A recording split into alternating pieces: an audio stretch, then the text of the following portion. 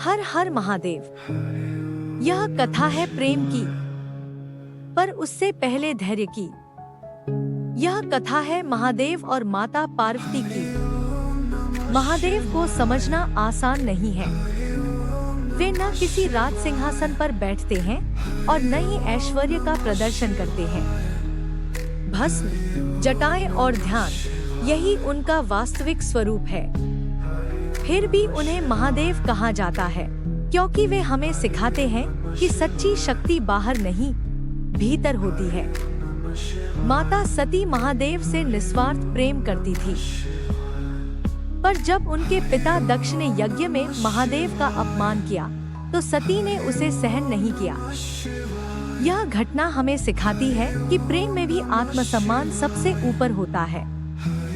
जहाँ सम्मान नहीं होता, वहाँ प्रेम भी पूर्ण नहीं होता। माता सती के त्याग के बाद महादेव गहरे वैराग्य में चले गए। उन्होंने मौन और ध्यान को अपनाया। यह संसार से पलायन नहीं था, बल्कि अपने दुख को समझने और स्वीकार करने का मार्ग था। महादेव का मौन हमें सिखाता है कि हर दर्द का उत्तर शब्दों से नहीं, शांति से दिया जाता है। इसी क्रम में माता सती ने पार्वती के रूप में पुनर्जन्म लिया। बाल्यकाल से ही उन्हें यह ज्ञात था कि महादेव ही उनके जीवन का उद्देश्य है, पर पार्वती ने कभी हठ नहीं किया। उन्होंने स्वयं को योग्य बनाने का मार्ग चुना, न कि अधिकार मांगने का। पार्वती की तपस्या केवल भूख सहने तक सीमित नहीं थी। तपस्या का अर्थ था अपने मन को नियंत्रित करना, धैर्य रखना और सही समय की प्रतीक्षा करना। उन्होंने यह सिद्ध किया कि सच्चा प्रेम पाने के लिए स्वयं को श्रेष्ठ बनाना पड़ता है। यही महादेव पार्वती की कथा का पहला चरण है।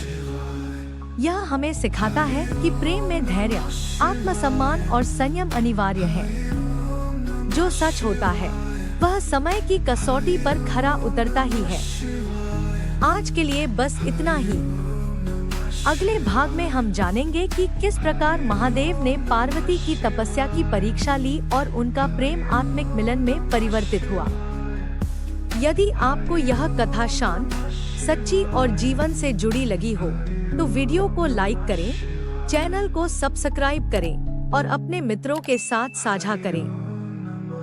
हमने एक नई प्लेलिस्ट शुरू की है, महादेव पार्वती ज्ञान कथा श्रृंखला, जहां हर दिन एक नई कथा प्रस्तुत की जाएगी।